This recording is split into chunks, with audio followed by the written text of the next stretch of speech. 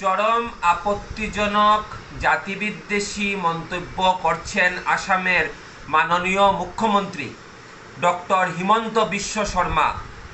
বিগত কয়েকদিনে নির্বাচনী প্রচার কার্যে ঝাড়খণ্ড রাজ্যে গিয়ে তিনি একের পর এক আপত্তিকর মন্তব্য করছেন।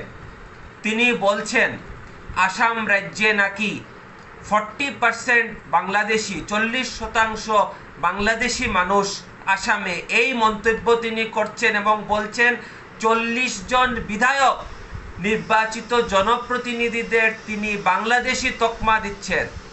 তাছাড়াও তিনি বলছেন যে রাজ্যের গুরুত্বপূর্ণ পদে স্পিকার সহ বিভিন্ন উচ্চ পদে নাকি বাংলাদেশিরা বসে আছে, বাংলাদেশিরা দখল করে আছে এবং রাজ্যে নাকি 1,25,00,000 বাংলাদেশি।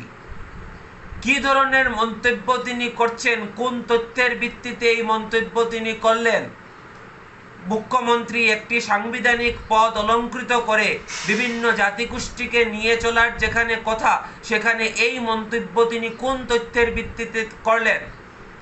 আপনারা হয়তো জানেন যে এনআরসি প্রক্রিয়ার মাধ্যমে যে বিদেশি শনাক্তকরণের যে প্রক্রিয়া, সেটার চূড়ান্ত তালিকা দেওয়া হয়েছিল 2019-এর 31 আগস্ট।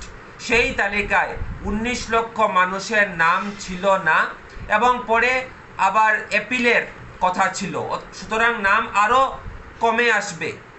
সুতরাং কোন ভিত্তিতে তিনি এই মন্তব্য করেন যে আসামে 1,25,00,000 বাংলাদেশি আছে এবং তিনি বলছেন ঝাড়খণ্ড থেকে নাকি তাদেরকে প্রহার করা হবে, তাদেরকে নাকি পা ভেঙে দেওয়া হবে, পা ভেঙে তাদেরকে বের করে দেওয়া হবে রাজ্য থেকে।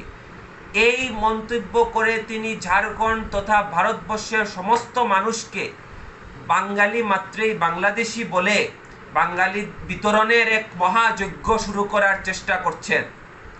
এক বাঙালি নিধন যজ্ঞের প্রণোদনা যোগাচ্ছেন আসামের মুখ্যমন্ত্রী তার এই মন্তব্যের মাধ্যমে। সুতরাং আমরা জেলা পুলিশ সুপারের দৃষ্টি আকর্ষণ করছি বরাক ডেমোক্রেটিক ইউথ ফ্রন্টের পক্ষ থেকে যে অবিলম্বেই যেন তার বিরুদ্ধে আইনি ব্যবস্থা নেওয়া হয়।